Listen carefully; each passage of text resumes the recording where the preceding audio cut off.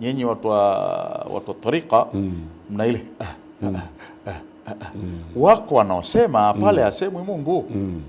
Hebu nieleze kidogo hapo. Haya maneno ameyajibu Imam Suyuti. Naam. Radiyallahu anhu. Akasema wa qawlukum la yajuzu bil halqi. Mwasema nyinyi dhikri yako haijuzu. Hamna hiyo. Naam. Naam. Fa inna hadha dhikr mashru'un bi af'ali al-anbiya'i alayhim as-salatu wassalam. Allahu akbar. Hii dhikri imekubalika na sheria. Manabii wameitenda hii. Naam. Wa ijma'i al-umma. Na ijma'i al-umma imekubaliana dhikri haina mushkili yoyote. Kama sadara hadha dhikru an Zakaria.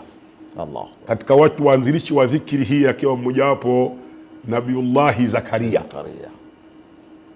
Wa Ibrahim. Na Nabiullahi Ibrahimu akiwa ni mmoja wapo katika dhikri hii. Wa Hidhru alayhi salam. Alayhi salam. Na Hidhri naye akiwa mmoja katika watu wapenzi wa dhikri hii ya kukohoa. Wa nabiyuna sallallahu alayhi wasallam fi ghari Hara. Na nabii wetu Muhammad sallallahu alayhi katika pango la Hara. Na yakileta dhikri hii. Alidhikiri dhikri hii ya kukohoa. Hatta wasala sautuhu inda ishtighalihi ila 18 farsakha. Akawa katika kushughulika na dhikri hii mpaka sauti yake ikafika maili 54. Farsakha 18, maili 54. Hii dhikri ina asili. Naam.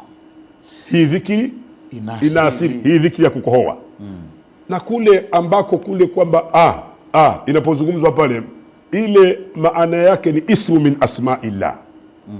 Na haya maneno Mtume sallallahu alaihi wasallam bi Aisha anasema tulikuwa na mgonjwa sisi mgonjwa huyo alikuwa al-aninu akifanya faqulna lahu, tukamwambia iskutu, acha kufanya hivyo. Naam. Basi fadakhala Rasul sallallahu akaingia Mtume sallallahu alaihi wasallam faqala, akasema da'uhu, macheni.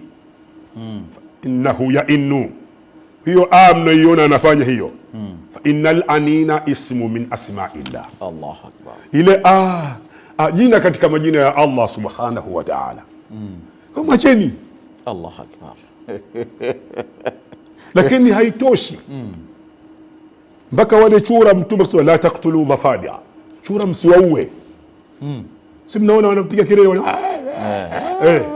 anasema la taqtulu dhafadi'a, chura msiwaue.